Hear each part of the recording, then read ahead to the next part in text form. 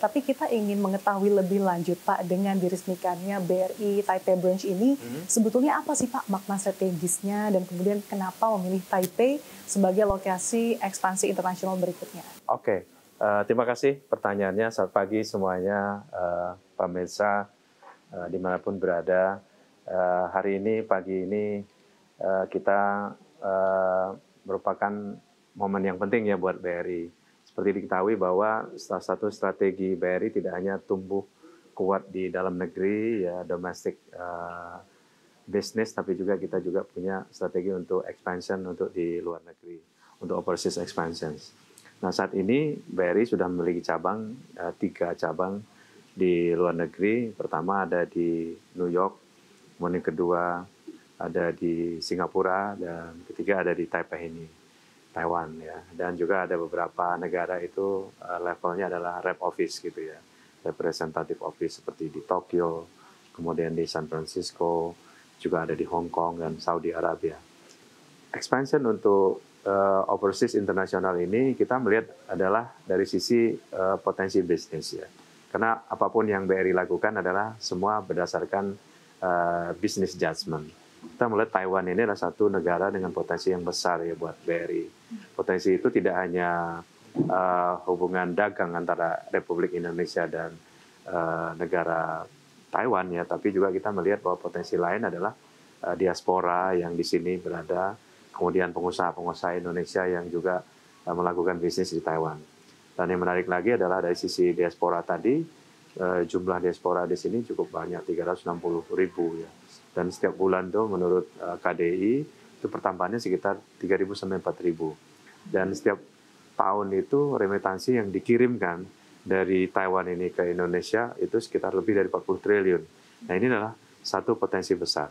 Dan kita melihat juga bahwa bersyukur ya sejak dimulai ya pengajuan license tahun 2021 dan BRI sudah mendapatkan full license di sini. Dan ini merupakan license yang paling tinggi. Dan ini memberikan ruang gerak yang lebih bebas bagi BRI untuk berkembang di Taipei atau Taiwan.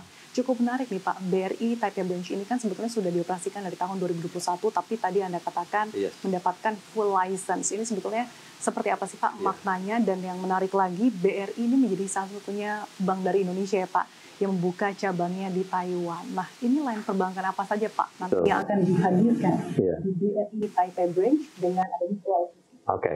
Jadi kalau misalnya license untuk bisnis ataupun cabang di luar negeri, full license itu adalah license yang paling tinggi ya. Kan ada juga lisensi terbatas gitu ya. Awalnya memang bertahap kita mengajukan, tapi sekarang bersyukur kita udah dapat full license. Nah, full license ini artinya cabang BRI yang dari Taipei ini bisa melakukan seluruh kegiatan perbankan yang ada pada umumnya. Misalnya menerima tabungan deposit tidak hanya dari diaspora yang ada di Taiwan, tapi juga dari masyarakat lokal ya di Taiwan. Mereka bisa menabung di sini.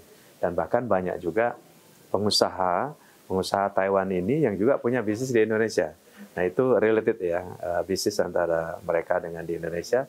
Itu juga membuka rekening atau account di sini untuk memudahkan bisnis mereka yang ada di Indonesia. Nah, itu yang pertama. Kemudian kedua dari sisi dana masyarakat ya. Yang kedua adalah layanan lain misalnya. Untuk kita juga nanti akan beroperasi mobile banking khusus BRIMO Taiwan. Ini memudahkan untuk remitansi. Nah, yang ketiga adalah bisnisnya misalnya untuk trade finance ya, pembukaan LC ya, pengiriman remitansi dan juga transfer ya, cross border transfer dari sini ke Indonesia dan seterusnya. Kemudian yang berikut adalah transaksi FX ya, foreign exchange. Itu bisa dilakukan. Jadi teman-teman di cabang Taiwan ini juga bisa melakukan kegiatan misalnya borrowing atau placement gitu ya di market yang ada di Taiwan, itu sangat dimungkinkan karena full license.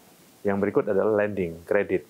Bisa ikut memberikan pembiayaan tentunya dengan nasabah-nasabah yang terpilih di sini, dan juga sindikasi bisa dilakukan. Dan akan terus berkembang banyak lagi produk-produk atau layanan yang bisa dilakukan karena kita punya ruang gerak yang lebih luas. Begitu. Untuk aplikasi BRIMO khusus Taiwan ini Pak, targetnya kapan bisa digunakan? Ya, jadi ada dua sisi. Sekarang dari sisi sistem sedang pengembangan, mungkin udah sampai di tahap akhir. Tapi dari sisi lain license kan, kita juga minta izin ke sini, ke Taiwan, ke regulator di sini. Jadi once nanti kita dapat regulatornya selesai, dapat license izinnya, kemudian development-nya selesai, ya mungkin harapannya akhir tahun 2025 atau awal tahun 2026 nanti para nasabah di sini ya bisa menggunakan Brimo Taiwan yang khusus untuk melayani kebutuhan masyarakat di sini.